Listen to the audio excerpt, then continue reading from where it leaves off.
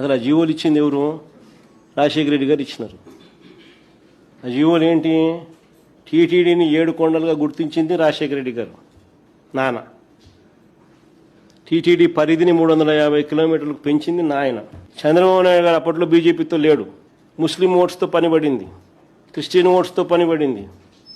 అప్పుడు ఇదే చంద్రబాబు నాయుడు గారు ఏమన్నా 2009లో 746 జీవో 747 జీవో వైఎస్ఆర్ గారు ఇచ్చినారు, మేము వచ్చినా క్యాన్సిల్ చేస్తామన్నాడు. ఇది హిస్టరీ. ఆ వీడియో రికార్డ్ ప్లే చేయి మా చంద్రబాబు నాయుడు అన్న మాటలు.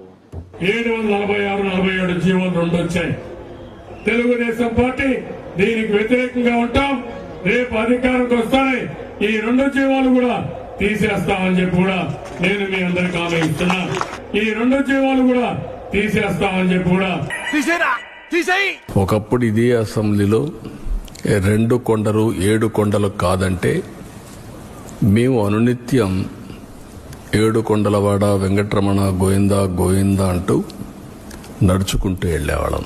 ఆ ఒక్క మాటతో లేచి 2 జేబుల్లో చేతులు పెట్టుకుని నడుచుకుంటూ వెళ్ళిపోతున్నాను. నేను ఎక్కడికి వెళ్తాను కూడా నాకు తెలియదు.